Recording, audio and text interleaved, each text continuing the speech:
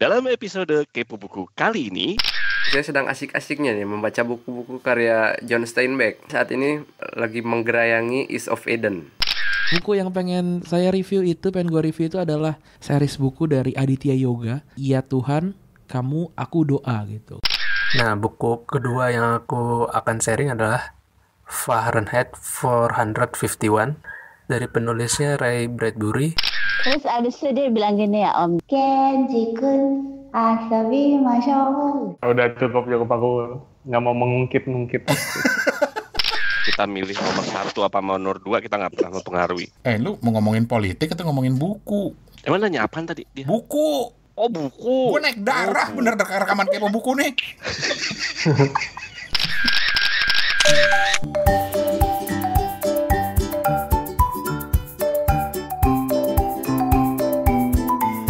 Hey there, ya wes, kita ketemu lagi di Kepo Buku. Ya weh. Belum disuruh Kan gue ngomong. back sound. Oke, ya udah kita ulang ya. Lo pakai back sound ya. Hey there, kita ketemu lagi di Kepo Buku. Ya weh. Keren gila. Dan kali ini full tim lagi, ada Toto di Singapura. Apa kabar Toto? Gue di KL saat ini. Oh, lagi di KL. Belum balik dari KL. Udah balik. Cuman gue balik lagi. Kenapa? Ada masalah? Elah capek. Opat di Jakarta, Pak. Apaan? Makin banyak lo yang nanyain opat lo. Tentu saja. Suaranya kayak Mbak Sarasehan. Anak-anak milenial biasanya suka ya opat ya. Padahal opat udah nggak milenial. Enak aja, gue anak milenial ya. Iya, lu milenial generasi awal. Milenial gaya 80-an. Kenapa enak aja loh. Milenial di zamannya. Nah, tapi kalau milenial yang di zaman ini ya ada dong. Steven di Ambon, apa kabar Steven? Halo, sehat. Asik. Sehat. Jadi hari ini kita akan membahas 3 buku yang dikirim sama teman-teman yang sudah susah payah merekam, mengirimkan lewat email kepada kita di sini. Jadi ada Aji Satria di Ciamis, terus ada Randy di Jakarta, dan ada Iksan di Tangerang. Terima kasih semuanya. Oke, sebelum kita mulai memutar, Sebelum apa kita tadi sebelum kita memutar review. Gue juga mikir apa yang diputar. Ntar dulu. Rekaman diputer. Tuh, rekaman diputer. Putar, mana ada MP3 mah gak pakai pemutar sekarang. Mana ada lu putar. HP lu putar. Jadul dasar. Ini zamannya Laserdisc tau. Harusnya dia apa ini? Ya, Dimainkan, lu kata mobil-mobilan. yang Coba bener itu. Kalau pencet namanya apa? Play artinya apa? Enggak, yang bener di-on-kan. Di on. Oke, lalu jangan berantem lu. Coba tanya anak milenial. Coba Steven apa? Diapain coba? Aku tahu. Di style. Steven, Disetel. Jangan-jangan lu nyebut kamera masih pakai istilah two style lo. enggak, dia nyebutnya Kodak tau. Aduh. Kita maaf ya yang lagi dengerin ya. Inilah kalau hostnya beda-beda generasi ya, kita saling mencela begini. Aduh. Perlu payah lu, gue udah ngarep ekspektasi yang tinggi. Setel. Sorry. Dia apa tuh? Siapa lagi deh? Ini siapa yang nyetel baruan nyetel? Kacau. Ya udah, gua ulang deh. Jadi kita pakai istilah apa? Sebelum menyetel, memutar, ya pokoknya gitulah. Sebelum kita mendengarkan review kiriman-kiriman dari teman-teman, ada 2 pertanyaan dulu yang dikirim di DM-nya Suarane Podcast. Yang pertama ditujukan kepada Mbak Opat. Gue lagi. Iya, dia cuma mau nanya begini, Mbak Opat. Iya. Seminggu bisa baca buku berapa biji? Itu biji loh. Gue sebutnya biji loh. Bener loh, nulisnya biji. Ini emang nih bener nih. Biji. Emangnya buku dalam satu aja bijian. Katanya dia penasaran karena Mbak Opat sama Bang Steven bisa cepet nyambung kalau ngomong satu buku gitu. Jadi dia nanya, ini satu minggu itu bisa habis berapa buku? Siapa tuh yang berani? Yang nanya siapa? Namanya Samantha. Hai Samantha. Aduh, aku tuh orang yang mudian banget. Kadang bisa seminggu nggak baca buku, misalnya nggak selesai. Kadang 1, kadang 2, kadang 1 buku berbulan-bulan, gitu deh. Nggak pasti bijinya ya. Nggak pasti bijinya. Kalau Bang Steven bijinya berapa? Berapa buku? Berapa biji buku yang dibaca? Sensor. Maaf. Kalau Bang Steven berapa buku biji? Berapa biji buku yang dibaca dalam seminggu? Nggak tentu juga ya. Di 1 minggu itu ada dapat berapa. Soalnya kalau aku sekarang nih lagi main nama Kindle, jadi malah nggak habis-habis buku yang malah nggak kelar-kelar maksudnya. Jadi ini malah menimbun buku gitu. Jadi buku ini dilihat-lihat gitu. Lu pakai Kindle Reader atau aplikasi? Dua-duanya. Sedap. Iya. Baru terjun. Kindle yang seri apa yang dipakai? Kindle yang biasa, yang Paperwhite. Paperwhite. Cakep. Dapat berapa sekilo sekarang di Ambon? Enggak, waktu di Jakarta belinya di hari ini. Lu bisa beli Kindle di Jakarta? Iya, Bisa, ada jangan sekarang norak deh. di marketplace itu udah ada seller terpercaya gitu. Berapaan? 2,8 ya? 2,8 Kindle Paperwhite. Iya, yang no ads. Baiklah. Itu dari Samantha. Terus ada email yang datang dari, sebentar, gue buka dulu bentar ya. Ama. Sabar ah. Buka emailnya lama banget. Lu pakai buka email, buka apa? Mana sih? Oh, oke. Hendrik Hai Henry. di Solo bertanya, kalian itu kan beda-beda selera. Terus ada nggak sih upaya dari kalian untuk saling mempengaruhi? Enggak. Mungkin dia pengen tahu kali ya, kita tuh suka nyela-nyelain selera buku masing-masing nggak sih? Nggak, kalau menurut gua itu masalah kita milih nomor 1 apa nomor 2, kita nggak pernah mempengaruhi. Betul. Lu mau ngomongin politik atau ngomongin buku? Emang nanya apaan tadi dia? Buku! Oh, buku. Gue naik darah, bener rekaman kepo buku nih. Tapi ini loh yang aku takutin kalau kita rekaman sebelum pencoblosan ya. Kita bakal bawa yang berbau politik gitu di episode kepo buku. Oh tidak. Oh iya, ntar diedit ya. Harus dibedakan. Membawa aspirasi tertentu gitu. Iya. Di kepo buku. Karena dimanapun yang benar adalah nomor 3. Siapa dia? Daripada gue sebut nomor 2 atau 1. Gitu. Oke, jadi tidak ada upaya itu ya? Tidak ada ya? Nggak ada. Enggak, gini jawabannya nih, gue pengen ngasih jawaban yang benar. Bukan kalau misalnya berbagi buku yang bagus, misalnya gue bilang, oh buku A ini bagus banget, gue pengen menceritakannya. Tapi untuk kasih pengaruh ke om-om ini, lo pokoknya mesti suka ya, itu enggak. Begitu Mas Hendrik Simangunsong, orang Jawa pasti. Iya, ketahuan lo tinggal di Solo ya. Simangunsong tuh Batak tau. Masa sih? Iya. Solo, kota kelahirannya siapa? Gue. Oh, lu lahir di Solo ya? Padahal gue mau giring ke politik tapi nggak jadi. Ya udah, lanjut. Itu jawabannya. Dan buat teman-teman lain yang mau mengajukan pertanyaan, silahkan. Akan lebih bagus kalau mengajukan pertanyaannya itu dalam bentuk Instagram Stories, mention Rane, R-A-N-E, atau Toto, Her Toto, Opat, Casual Reader berapa, Pat? Kok gue lupa sih, Pat? 4. Dan Ksatria Buku. Jadi kita bisa sama-sama saling nimpalin gitu. Oke?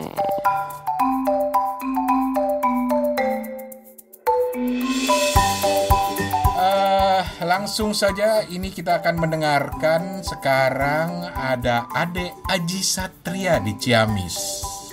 Hai Aji. Gue yakin bahwa dia adik, kenapa emang? Enggak, gue suka niru-niru acara-acara TVRI zaman dulu. Enggak, udah, ini soal umur lagi, ntar nggak nyambung. Sensitif banget ya, Mah ya. Tahu. Gua terus terang gue sensitif, gue soal umur gue sensitif gue. Oke, Aji Satria di Ciamis, dia membahas bukunya John Steinbeck, East of Eden. Wow. Edun. Ada yang pernah baca belum? Belum. Sama. Ya udah, kita dengerin dulu. Welcome, you've got mail. Halo teman-teman Kepo Buku, perkenalkan nama saya Aji Satria dari Ciamis. Akhir-akhir ini saya sedang asik-asiknya nih membaca buku-buku karya John Steinbeck. Dan malah saat ini lagi menggerayangi East of Eden. Ya, jadi buku East of Eden ini ditulisnya udah lama banget dan kayaknya masuk ke kategori sastra klasik ya. Soalnya Steinbeck ini juga seorang penulis yang aktifnya tahun-tahun 1930 sampai 1970 gitu. Dan dia dapat Nobel Sastra di 1962. Jadi kayak zaman-zaman sama Hemingway gitulah. Balik lagi sama bukunya East of Eden. Buku ini konon sudah diadaptasi ke layar lebar ya, kayak kebanyakan bukunya Steinbeck. Jadi kalau kalian yang udah pernah baca karya John Steinbeck, buku ini bisa dibilang buku terbaiknya yang juga tebal banget. Versi bahasa Indonesianya bahkan diterbitin sampai 2 jilid. Jadi kayak Haruki Murakami gitu lah, dipakai jilid 1, jilid 2. Dan saya masih menelusuri jilid keduanya gitu. East of Eden sendiri menceritakan awal banget dari sebuah daerah kering kerontang di California, namanya Salinas Valley, lembah Salinas ya. Yang mana tempat ini sering banget gitu dipakai jadi latar ceritanya John Steinbeck. Dari Tortilla Flat sampai Cannery Row, semuanya pakai latar belakang di Salinas. Barangkali karena Steinbeck sendiri si penulis lahir di sana ya. Nah, jadi karena Steinbeck lama banget gitu tinggal di Salinas dan mengamati lingkungannya dengan cermat, jadi detail yang kita dapatkan ketika baca buku ini juga terasa asik banget gitu, terasa menyentuh banget. Bahkan beberapa pelajaran sejarah yang saya terima di sekolah gini, saya dapatkan lagi di buku ini gitu. Kayak invasi awal kaum Eropa ke Amerika yang mengusir penduduk Indian. Nah, jadi novel ini sebenarnya cuma menceritakan tentang keluarga-keluarga yang hidup di Salinas Valley. Utamanya menyoroti keluarganya si orang yang namanya Adam Trask. Walaupun ketika ceritanya makin jauh berkembang, ceritanya makin melebar gitu. Kalau di Indonesia mungkin kalian udah familiar sama bukunya Eka Kurniawan, Cantik Itu Luka. Ya, ini sejenis gitulah alur ceritanya. Tragedi keluarga dan hubungan antar manusia. Nah, kalau kalian belum pernah baca buku Steinbeck, tapi kalian mungkin akan merasa sedikit aneh gitu, karena humor-humornya itu gitulah kayak slapstick gitu. Tapi walau begitu, buku yang digadang-gadang sebagai kisah kejatuhan Adam dan Hawa ini memang menarik loh. Karena memang Steinbeck menaruh plotnya secara berserakan. Dan ntar di ujung cerita, plot-plot itu akan bersatu gitu, jadi menemukan relasinya sendiri. Nah, yang saya suka dari buku ini adalah penggambaran Steinbeck soal manusia itu memang rapuh loh, dan tidak selamanya sempurna. Bahwa ya, kita ini manusia gitu, dan beginilah kita. Seakan-akan bab demi bab yang saya baca ini seolah membaca diri saya sendiri. Semua tokoh dalam buku ini ditimpa tragedi. Bahkan, bukan hanya yang kaya dan mapan saja gitu. Tokoh-tokoh miskin pun ikut dikasih tragedi sama Steinbeck. Jadi ya, intinya Steinbeck ingin menggambarkan manusia secara utuh gitu loh. Manusia yang tanpa embel-embel kesempurnaan. Jadi ya, Steinbeck berusaha menampilkan jati diri kita gitu secara utuh. Dan by the way, ini review pertama di Kepo Buku. Terima kasih dan sampai jumpa. File's done. Goodbye. Terima kasih Aji. Halo. Oh, lu emang telepon. Sekali lagi bukunya adalah John Steinbeck, East of Eden. Ini mengingatkan pada film lama Return to Eden. Gue juga yang mancing sih ya. Pasti nanti dicela umur lagi. Udahlah. John Steinbeck ini adalah peraih Nobel tahun 62. Jadi kalau menurut Aji ini seusia-usianya Ernest Hemingway. Masa sih? Terus gue baru tahu bahwa bukunya John Steinbeck ini udah ada versi bahasa Indonesianya. Tadi Aji cerita. Dan gue juga nggak ngerti, dia nggak penasaran apa ya, karena dia cuma punya satu buku dan masih nyari buku yang kedua gitu. Yang menarik karena Steinbeck ini, East of Eden ini hasil riset Om ya. Om sudah mencoba melakukan riset sedikit demi sedikit karena belum baca, tapi Steinbeck sendiri merasa ini East of Eden ini adalah masterpiece-nya dia. Buku yang benar-benar menurut dia adalah penggabungan dari semua karya-karya dia, semua kemampuan dia dalam menulis itu ada di East of Eden. Dan mungkin agak bukan sensitif, agak subjektif kali ya buat dia, karena ini juga bercerita tentang keluarganya dia. Jadi banyak yang bilang ini bercerita tentang keluarganya dia. Tapi yang menarik seperti Aji cerita tadi, buku ini juga terinspirasi dari kisah Habil dan Kabil atau Cain and Abel kalau di Injil. Kalau di Quran tuh Habil dan Kabil. Habil, Kabil. Kof itu pakainya huruf kof. Salah lah. Lu ngaji nggak lulus Iqra 6 lu. Oh iya, Habil dan Qabil. Habil, Qabil. Kan salah lagi. Udah jangan terus-terusin, ntar malah yang Qabil jadi ke tempat lain lagi. Udah. Apa sih? Apa coba? Nah, jadi Steinbeck itu terinspirasi dari kisah itu kan. Ya udah biar nggak salah lagi. Cain dan Abel ini kan adalah anaknya Nabi Adam, dan mereka itu bisa dibilang sebagai gambaran manusia yang sebenarnya. Biasanya kalau buku buku biasanya kalau pengarangnya pemenang Nobel gitu kayak temanya susah-susah gitu ya. Temanya membuat orang berpikir karena memang literatur ya. Ya gitu deh. Gue kadang-kadang susah menikmati gitu. Jadi banyak berpikir gitu kalau baca-baca novel kayak begini sih. Biasanya kalau gue gitu. Jadi kalau baca yang kayak gini bisa jadi lama banget. Dinikmatin atau justru mikir? Mikir gue. Susah banget gitu. Ini kayaknya rumit banget gitu. Tapi ya memang kadang-kadang kita harus membiasakan baca yang kayak gitu-gitu sih kayaknya ya. Sebagai pelengkap aja, John Steinbeck karya-karyanya udah bisa kita nikmati. Ada dari Bentang Pustaka, terjemahan dari Eka Kurniawan, Canary Row, sama Dataran Tortilla dari penerbit KPG, seri klasik dunia. Nah, ini baru menarik. Mengingatkan gue sama bukunya George Orwell yang diterjemahkan oleh Landung Simatupang. Dan gue suka banget bahasanya. Thank you, next. Oke.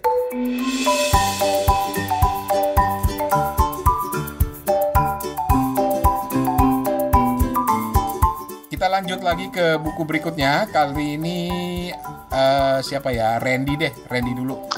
Oh, ini senpai ya. Ini senpai kakak Randy. Kok senpai sih?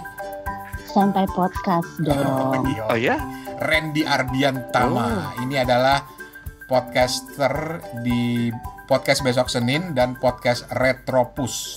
Salah satu podcast sepak bola yang paling kondang. Wah, luar biasa. Randy ini akan mereview buku. Ini sebenarnya katanya adalah bagian dari satu serial yang ditulis oleh Aditya Yoga. Dan buku yang dia review ini judulnya Ya Tuhan, Kamu, Aku, Doa. Mari kita dengarkan. Welcome, you've got mail. Assalamualaikum warahmatullahi wabarakatuh. Nama saya Randi. Sebelumnya salam kenal juga untuk semua host Kepo Buku. Ada Om Rane, ada Om Steven, ada Om Toto, dan juga ada Mbak Opat. Ngomongnya gue aja ya, udah kebiasaan gue. Oh ya, saya juga punya, gue juga punya podcast Besok Senin namanya, dan juga podcast Retropus. Silakan didengarkan, ada di semua platform podcast. Boleh promokan ya Om ya.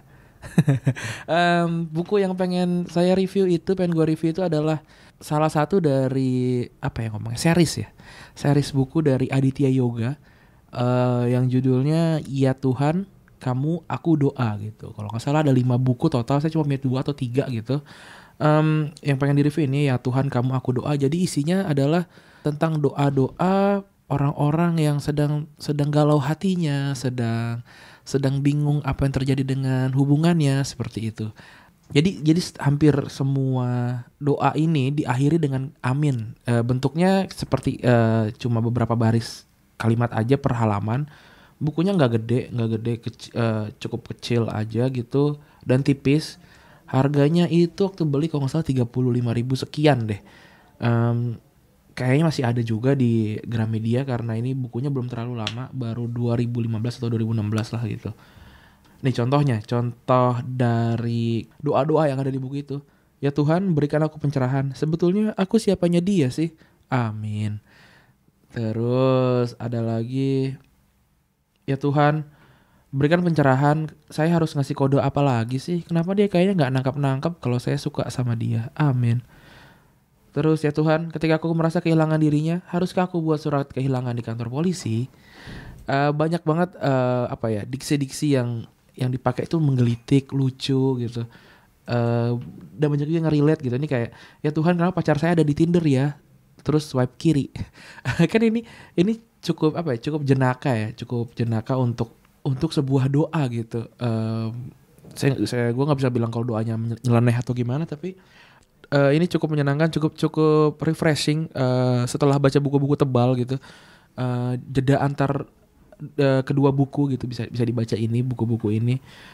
Terus ada contohnya apa lagi ya? Nih, ya Tuhan jauhkan kami dari mental burung kakak tua yang setelah tekdung lalu dia bersenandung la la la. Amin katanya. Terus ya Tuhan berikanlah aku kekasih seperti Mas Boy yang baik budi dan tidak sombong, jagoan sekaligus pintar. Amin. Ini doa untuk untuk kaum Hawa ya.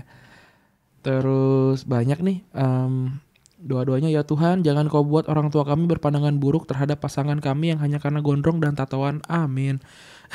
Ya jadi memang keluh kesah para anak muda ini, para pasangan muda ini dituangkan dalam sebuah buku yang cukup jenaka gitu. Silakan bisa didengarkan, memang podcast. Bisa dibeli, masih ada sepertinya di Gramedia dengan harga 35.000 sekian. Terima kasih untuk para host Kepo Buku sudah memberikan saya waktu untuk mereview. Semoga ada kesempatan untuk mereview lagi. Terima kasih dan bye-bye. File's done. Goodbye. Keren kirimannya keren. Terima kasih Randy, Kakak Randy. Jangan lupa dengerin podcast besok Senin dan podcast Retropus, terutama buat para penggemar bola. Jadi itu bukunya Randy, dan gue nggak ngerti kenapa ya buku dengan tulisan-tulisan yang singkat-singkat itu laris. Itu menariknya di mana ya? Kalau dari sisi negatif lah tanda kutip, itu berarti kita malas membaca. Kayak pengennya tuh yang cepet gitu, kayak lagi baca Twitter gitu kan. Itu sisi negatifnya. Kalau gue nggak begitu suka. Sebab? Rugi belinya. Ini cuma 30.000. 30.000 juga duit. 30.000 gue baca di toko buku aja. Sambil lesehan gitu. Gak boleh promosi gitu. Gak boleh itu ngejek-jekin buku. Loh, ini bukan menjelekkan, ini kan meminta pendapat masing-masing. Kalau Steven misalnya kan dia pernah beberapa kali review buku yang memang isinya singkat-singkat gitu loh, tulisannya singkat-singkat. Kalau menurut lu gimana Steven? Ya boleh banget kalau memang lagi ada waktu sambil browsing buku-buku sampai selesai. Tapi yang aku mau bilang adalah karya Aditya Yoga ini waktu zaman 2016 nih cukup viral ya, cukup hype, dan aku penasaran untuk baca semua. Tapi mungkin 1-2 buku aja yang aku lihat dari Gramedia Digital. Apa yang membuat dia viral? Kalau nggak salah banyak di tweet ya, jadi langsung pada heboh gitu, pada viral ini karena kata-katanya yang juga unik, yang merupakan kegelisahan atau keresahan anak-anak ibu kota gitu. Oke. Ini ada satu tadi yang dibacain nama Randy, doanya tolong gue diberi pencerahan, gue nggak paham soalnya. Apa tuh? Nih yang Randy baca gini. Ya Tuhan, kenapa pacar saya ada di Tinder? Terus slide kiri. Amin. Slide kiri. Gak mudeng gue nggak mainan Tinder, gak ngerti. Lu nggak ngerti juga, Pat? Ngaku milenial. Steven, lu ngerti nggak, Fen? Gue ngerti swipe kiri, cuma gue gak ngerti kenapa aminnya. Kan semua doa-doanya di buku itu ditutup dengan amin. Misalnya, ya Tuhan berikan pencerahan, saya harus ngasih kode apa lagi, kenapa nggak nangkap-nangkap, amin. Ya Tuhan jangan kau buat ortu kami berpandangan buruk pada pasangan kami hanya karena dia tatoan, amin. Ya Tuhan jauhkan kami Udah dari cukup, mental. Udah. Udah cukup. Tapi gue nggak ngerti yang ini nih. Ya Tuhan, kenapa pacar saya ada di Tinder ya? Terus slide kiri, amin. Maksudnya apa ya? Mungkin ini dia terkejut aja gitu kalau pacarnya nyari cowok lain mungkin atau nyari selain dia gitu. Oh, nongol di Tinder. Iya, nggak nyangka gitu ya. Terus di slide kiri biar bisa bisa komunikasi. Slide kiri itu berarti terima ya? Iya. Enggak, itu kanan. Slide kiri ya ditolak, slide kiri itu nolak biar nggak ketahuan. Sebenarnya gue pengen jebak aja sih. Jadi dua-dua ini Opat sama Steven punya Tinder ternyata. Ada masanya ya. Toto diam karena dia nggak tahu Tinder tuh apaan. Kagak ngerti gue tahu sih kalau orang bilang Tinder, tapi gue pernah install juga sekali. Terus gue apaan sih gue kagak ngerti. Iya, gue cuma kayak nggak bertahan seminggu nggak ada gitu. Apa sih nggak ngerti, capek terus sudah uninstall deh. Buat gue sosial media kalau nggak bisa buat stalking, menurut gue nggak ada gunanya. Sekian dan terima kasih. Tapi Randy, makasih banget ya Randy. Terima kasih lagi. Terima kasih Randy. Dan terima kasih. Memang buat Randy sendiri bilang ini buat lucu-lucuan, doa-doa yang jenaka dan bisa buat refreshing setelah baca buku-buku yang tebal. Jadi Randy, ditunggu buku-buku tebal lo apa aja. Asik. Asik.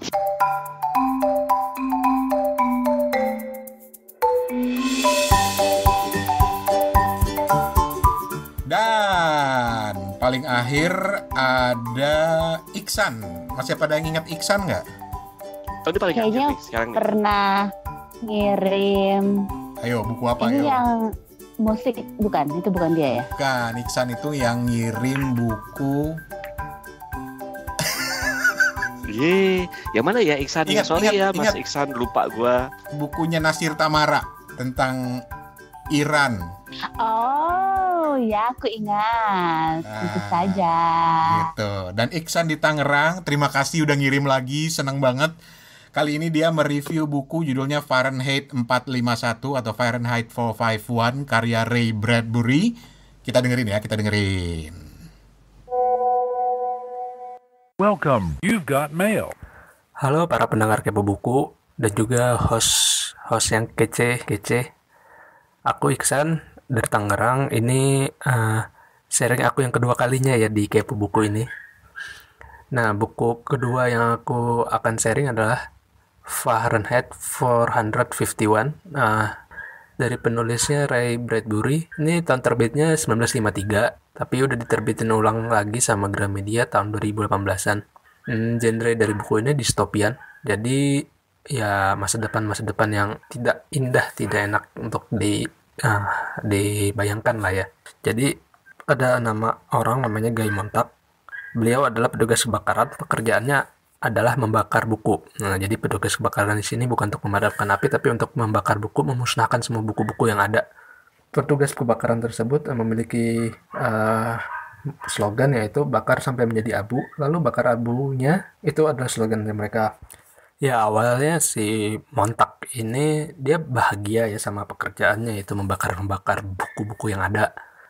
Tapi itu sedikit berubah saat dia bertemu dengan Clarice McClellan.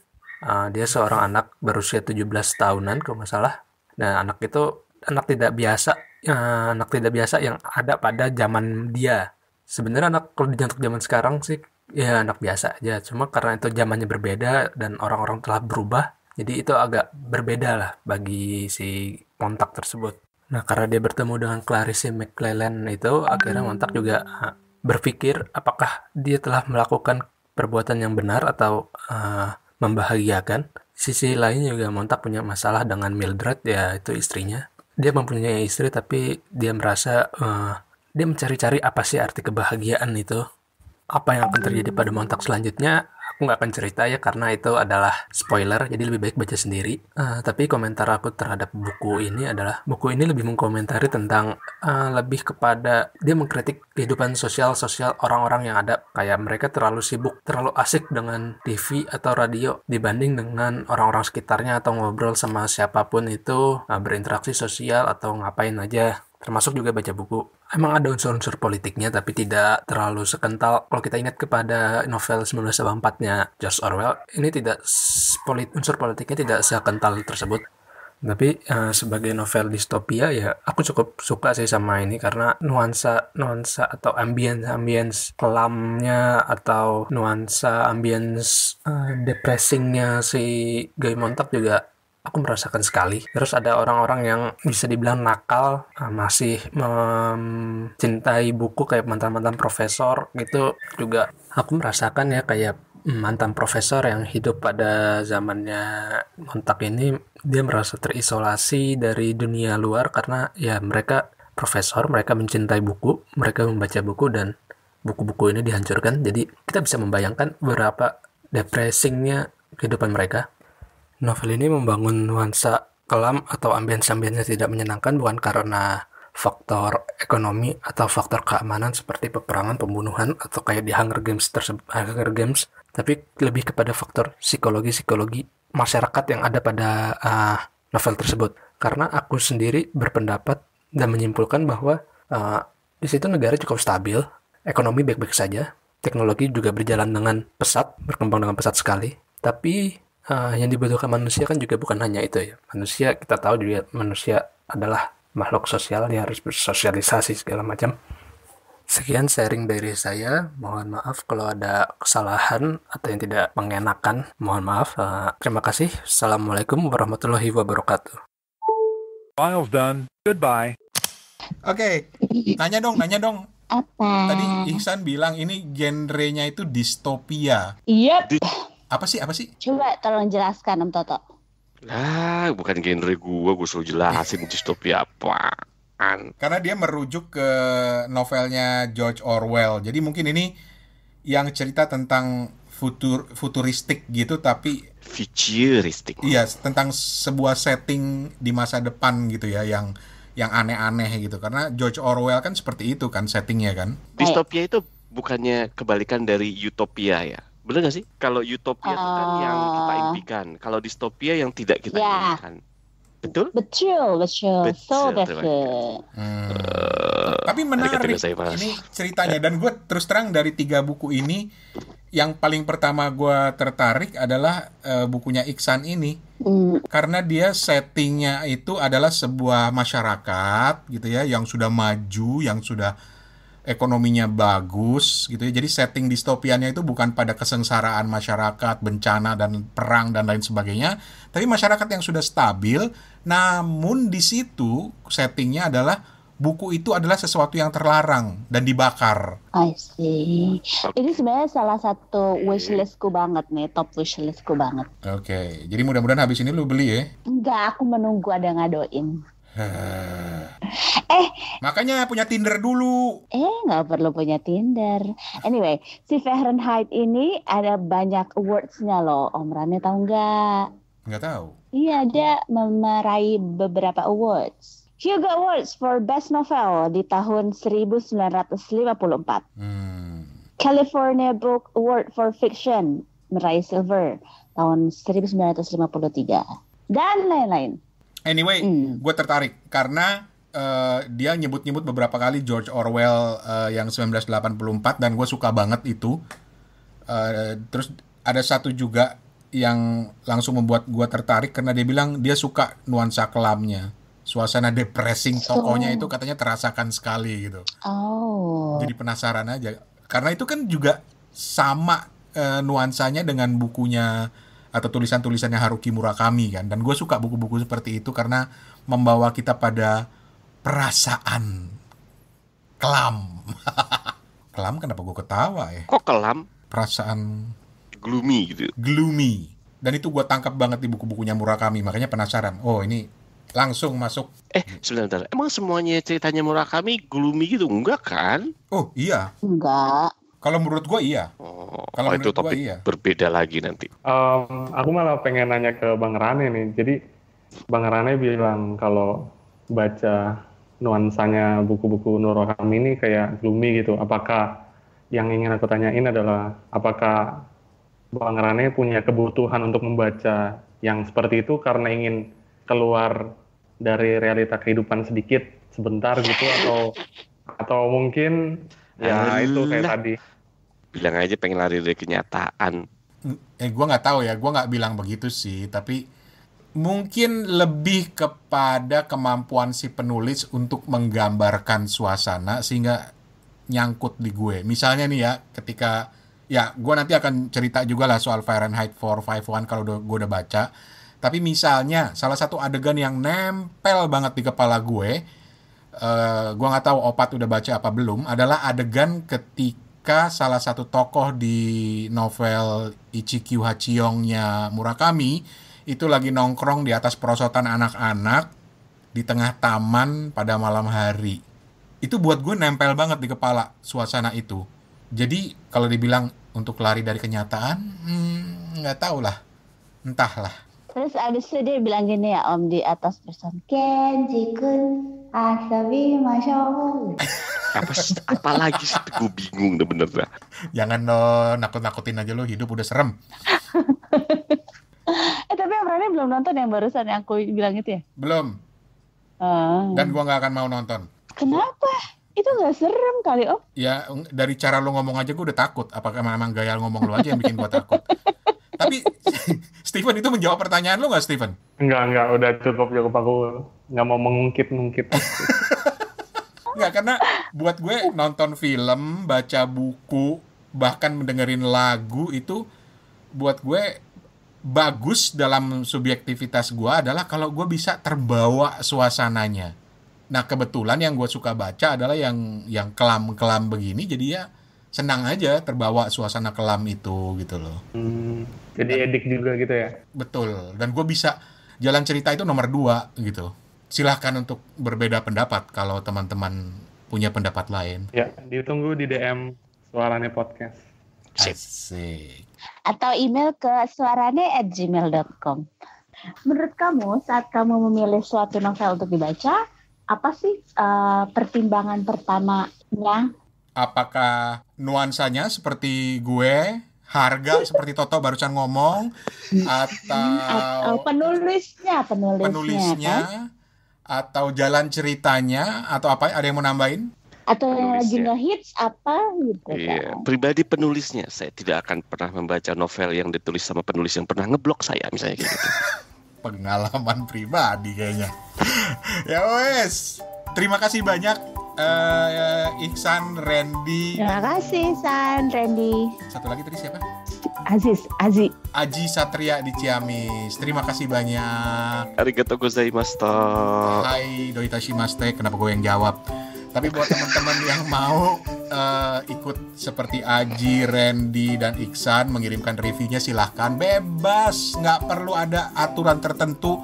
Pokoknya apa sih kesan lu terhadap sebuah buku yang lu baca atau pernah lu baca, kirim ke suarane@gmail.com atau ke WhatsApp 087878505012 atau bit.ly/ikut kepo buku.